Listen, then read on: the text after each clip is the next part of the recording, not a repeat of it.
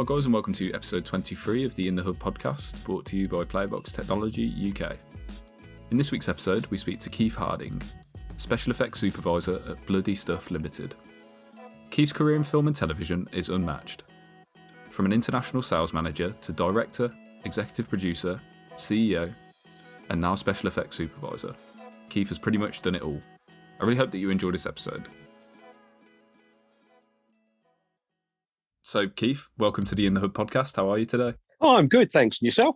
Yeah, not too bad, thank you, Keith. Not too bad. Super. We've had a few chats before this recording, obviously, and it seems like you've been keeping quite busy at the moment, which is really good to hear.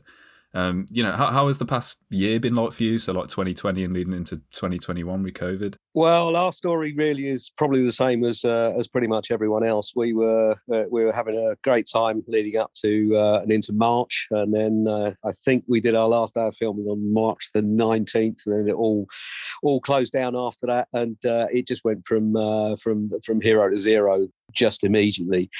We then kind of had a bit of a blip again in the summer, obviously as the lockdowns finished, so things started picking up, and the whole film and production and TV production industry, being desperate to continue churning out stuff for, channels and streaming media and everything else you've got. We had a bit of a blip where things went up again, and then there was the next lockdown, which sort of took us for six once again. Although on the final lockdown, there was a bit of good news for us as the film and TV production side of the industry, in so much as we were one of the permitted working groups that could continue working. But yeah, from sort of December onwards, things have picked up, I think, more through desperation than change of the COVID situation necessarily. Hopefully now with the vaccine rollout and everything, we should be in a better position. So yeah, the last couple of months have been, not back to normal, but have kept us pretty busy. So Keith, just launching straight into the questions then that we've got for you, how did you get started in the TV and film industry, and what ignited that particular spark in you? It was a sort of passion from childhood. I did my, traditional, as it was then, I did my traditional apprenticeships in electronics engineering, and worked in a tool room, and then worked in a drawing office. But I'd always had a very, very keen interest in making films, TV, and video productions. And as soon as my little salary would afford it, I bought my first video camera, blah, blah, blah. And I kind of got into it, and I started doing some stringing jobs, just picking up local sort of news and things. And if there was anything locally that was happening, I'd head off down there with my camera, film it, and then try and sell it to the highest bidder and news things. So that's how I kind of got into it, really. And that was more than 35 years ago now, so quite a long time ago. And I've been kind of into it ever since. So I've got a few lucky breaks at the time, and got into doing sort of filming with specialist cameras, etc., and did Olympics and various different things, BBC Wildlife, etc. But it was one time when I was working on a drama, and I saw these guys from a special effects company turn up and started blowing things up and having a really great time, and I thought, I'm standing in the wrong part of the camera chain here. Yes. So the child in me kind of got interested. So I sort of started making some inquiries and started doing little bits and pieces just with Atmos and blood effects and various other bits and pieces. And it gradually grew. And, here I am now blowing stuff up just like everyone else does in the SFX industry. So it really is kind of like a childhood dream come true then, isn't it? It is. Everyone, even now, everyone on the production says I've got the best job there. I just get to blow stuff up and make carnage everywhere, obviously in a very safe way. But it's great. It's still deemed to be the sort of the prime job, and it is great to see a lot more girls and women now coming into it. So it's obviously not the domain of boys' childhood dreams to cause mayhem and things like that. The girls are saying, why not? We want to get in there too. Yeah, 100% sounds awesome. So, were you always really keen then on focusing your work within TV and film? Like, was there any possible chance of you doing anything else in your mind? No, absolutely not. I started in film TV 35 years ago, and I haven't stepped outside it since. Yeah, no, it's brilliant. And a clue's in the name for this one, but for anyone who might not know, what do you guys get up to at Bloody Stuff? Well, we kind of run two separate sides of the business, because what I noticed is that, you know, most film production, big film productions, have kind of a group of people that they deal with, and they go there for their blood, they go there for their prosthetics, they go there for this, and they kind of keep it in. And all of those companies that supply that don't actually advertise particularly their services, because they have a core group of people that they always work with. So we noticed that there was a kind of a hole in the market for, you know, smaller productions, micro budget films, TV dramas, people who don't, you know, do this day in, day out, to be able to get hold of things like prop guns, soft props, breakaway furniture, you know, blood liquids, blood effects, and you know, and those sort of things. So we started off Bloody Stuff initially as a props rental company, really, where people could come to us and buy those things. And eventually, you know, as things progressed, we noticed that more people were requiring more advanced things as we got better known. And those things can't just be rented out. They have to go out with someone to control, operate, and set it all up. So an SFX supervisor, effectively. So that's when we started growing that side of things and doing more with the pyrotechnics and atmospherics and snow and all kinds of different things that actually needed a team of experts to go in, as opposed to just sort of someone phoning up saying, I want to hire a rubber mallet, a rubber axe, or a foam axe, and we would send it out and get it back again. So we started doing that more, and now that probably represents about 70% of our business is the SFX, where we're actually going on working with the complete teams there and doing, you know, whether it's Atmos or explosions or flames, etc. And, you know, thinking back, are there any particular shoots or projects that particularly stick out for you? You know, any major highlights? To be honest with you, every project we've ever worked on always has a highlight on it, and I think it's because we tend to work with the smaller projects, so their budgets are much smaller. So we're not working with the £150 million blockbuster super movies, where, you know, if they want to create the effect of blowing up a building, they just blow up a building. You know, we have to create the illusion of danger where there really isn't any, and that in itself actually is quite rewarding, because you've got to really think out of the box in these things. You know, when we want to blow up a building, the chances are that building the next day will revert back to its previous use. So if we're blowing up a shop, you know, that shop the next day has to be open for the shop owner to start selling his wares again. So, you know, everything we do has to create the illusion that, you know, something really big and devastating has happened. But in reality, you know, we leave the set, the crews go in and clean up, and life is back to normal again the following day. Yeah, no, it sounds brilliant. It's just crazy speaking to you about it and just thinking, you know, watching all these shows and films and stuff like that and seeing all the special effects. Oftentimes you almost take it for granted. It just, you know, you forget all the ins and outs of it and exactly what goes on behind these special effects sometimes. Yeah, no, it's lovely. I mean, we've worked on a couple of films and bits and pieces recently with the same studio, and actually the same American actor, who's an A-list actor, has been in 3 different movies that we've worked on in the last 18 months. And it's great because he sees me and he goes, oh, God, I'm going to get shot, aren't I? You know, and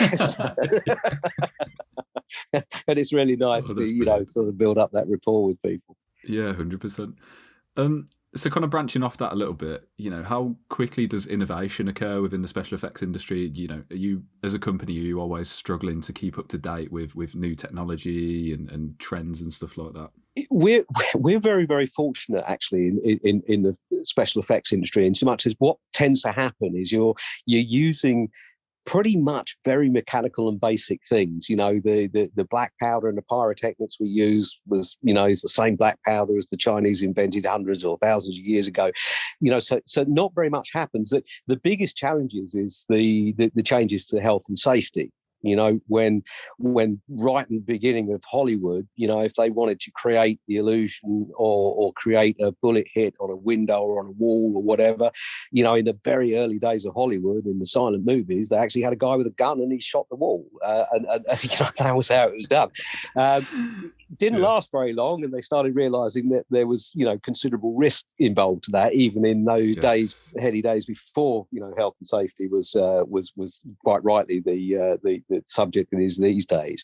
But they realized that there had to be a better way of doing it, and hence the idea of putting a small pyrotechnic charge that could be set off safely and blow the wall out, as opposed to a bullet going through, actually created a very similar effect to a real bullet. And what tends to happen is that Hollywood being Hollywood and films and TV being films and TV, the actual effects we recreate now, or the situations we recreate, couldn't actually happen in real life using the real things, because a bullet going into a wall doesn't create the same big effect that we need to create for the cameras to be able to see it and people to be able to visualize it and understand what's going on. And the same, Tarantino, he if someone gets shot, the body loses at least 10 gallons of blood, and which is quite amazing. The body is no more, it only has 7 or whatever, so we have to 7 liters. So we have to be, our drive is to create, something that is perceived to be real, but actually we're now perceiving things to be real based on the Hollywood version of real rather than reality. I always remember doing a project while I was still filming, and I was doing it for the Ministry of Defence. And one of the things we had to do is they were doing tests on safety glass. So they actually had the military there with hand grenades, blowing up hand grenades behind the glass. And I'm really excited to see this huge, great fireball explosion. And I thought it had misfired, because it was just such an anticlimax. Whereas when we create a grenade blowing off, all kinds of mayhem and flames and fireballs go off. But the reality of a hand grenade is it doesn't do that at all. It shifts air pressure and it shifts shrapnel, and that's what it's designed to do. So we spend most of our time trying to find new ways of recreating what Hollywood has determined to be the norm for how things happen in explosions. But going back to your question, which I deviated from somewhat, we don't actually have much in the way of the technology jumps, in your side of the business, which I know very well from knowing your guys and you people for a long, long time. Yours is an ever striving thing, from multi-channel to streaming to whatever the next thing is going to be, and you're always moving. Whereas with ours, it's pretty simple. We've got wireless firing systems now for our pyrotechnics, so we don't have to cable hundreds of meters of cable backwards and forwards to a firing system. So those sort of things happen, but there's no major shift in our industry to new technologies. The big shift, I guess, was when VFX, so the computer generated effects, came in. And when they first started coming in, there was a kind of a dip in the using of real world effects, which is what we do, the real world effects. And what basically happened was that they said, well, we can do everything on the computer now. And indeed, for a good number of films and for a few years that did happen. But they realised, even with the advent of the incredible effects that they can now achieve with the CGI and the VFX side of things, we now work probably as close with the VFX departments as we do with stunts and with the art department and those sort of people, because they've realised over the years that there's two benefits to having real world effects. Their CGI effects go on top of them much better than if there's nothing there. And the second really major thing is that the actors have something real to react to, as opposed to just being told that, there's a huge explosion there's actually an explosion now. So they have something real to react to. So the big change was VFX, but actually now we're finding, and for the last 10 years, we've been finding that, we just work really, really closely with the VFX guys when we're setting up these stunts and these bigger projects, to understand what each other's going to do on that and where we can find the sweet spot of how that effect is going to be implemented between the real world effects that we create and then their additional CGI that they will add to it later. Keith, I've got so many questions. It's too many questions that I simply couldn't fit into this podcast. It's just, it's really interesting. So I know a bit earlier we talked about obviously how COVID has affected you guys as a company, and just looking towards the future now, what is the future looking like for you guys, and what are productions in general looking like now? Are we starting to get back on track? Or I think the confidence levels is there, because if you take and this is just one particular part of the industry, and obviously your knowledge of broadcast and streaming, you'll have a perhaps a different take of it. But my take of it is the big studios, the Disneys, the Netflix, the Amazons, the Nows. And don't want to miss too many people off because I don't want to upset them. But the big studios, they have had to release a lot more of their forthcoming attractions earlier because of the volume of people that have been locked down on COVID and, have been relying on binge watching TV series to do that. And I think, they have an absolute desperate requirement to make lots more film and TV programming. So that's a very optimistic sign for us. As a small company, that could mean two things to us. If all of the production companies suddenly decided in April to start making new film and TV and drama that involved SFX, we'd be a little bit, can't think of a nice way of putting it, but we'd be a little bit screwed because we can only do one thing at a time because we're a small company.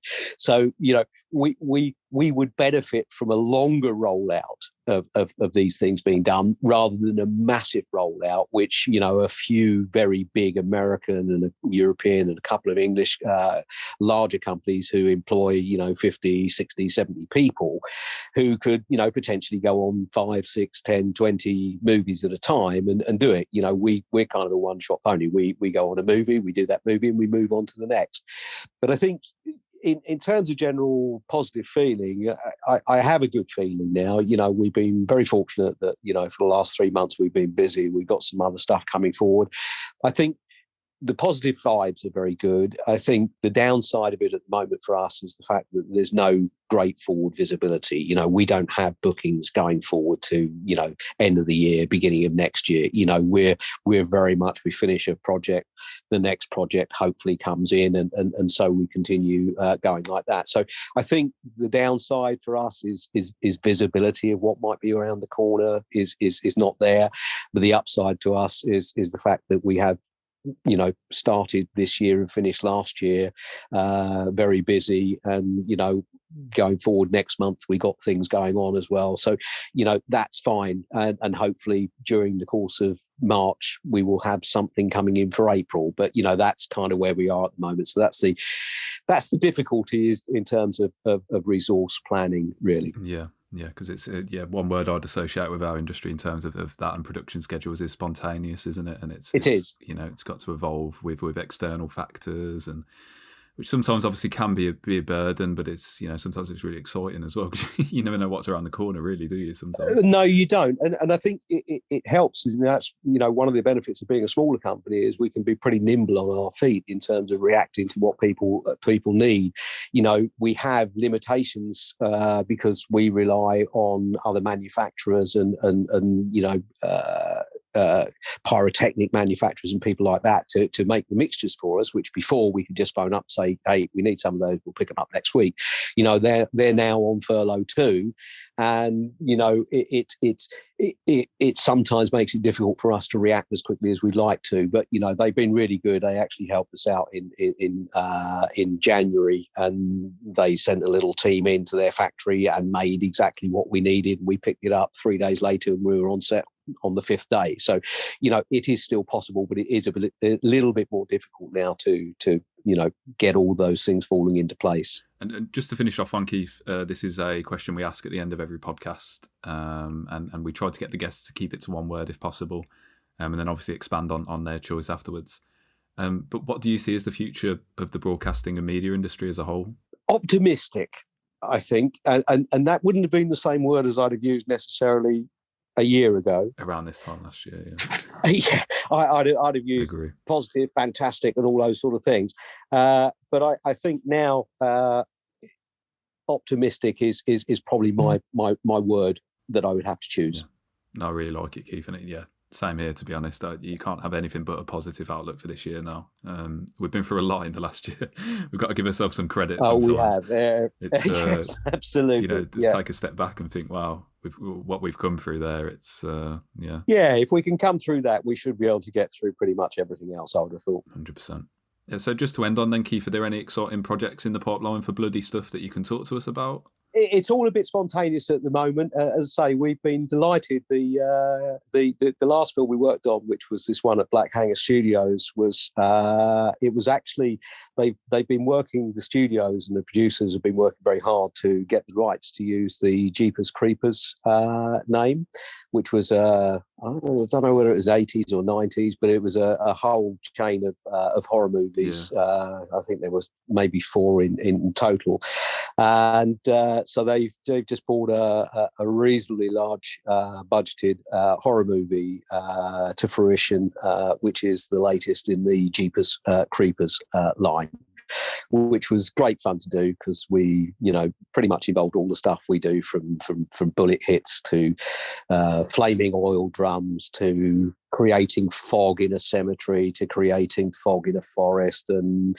haze effects in the studio. So yeah, pretty much used all of it, and it was great fun to do as a super crew, super cast. So so we'll just keep our fingers crossed now that will be received well, and we'll sell on. And we're now in talks with the studio, a couple of studios, about various projects that are going on. So fingers crossed, some of those will start coming to fruition. And how can people get in touch with Bloody Stuff or you to find out more about anything that you guys are up to? Well, the obvious one is the website. So www.bloodystuff, BLOODYSTUFF.co.uk. And if it's particularly the film and special effects side of things rather than the props and the rentals, we've now got a daughter website, which is filmsfx.co.uk, which is just for the special effects side of things, and all our contact details are available there.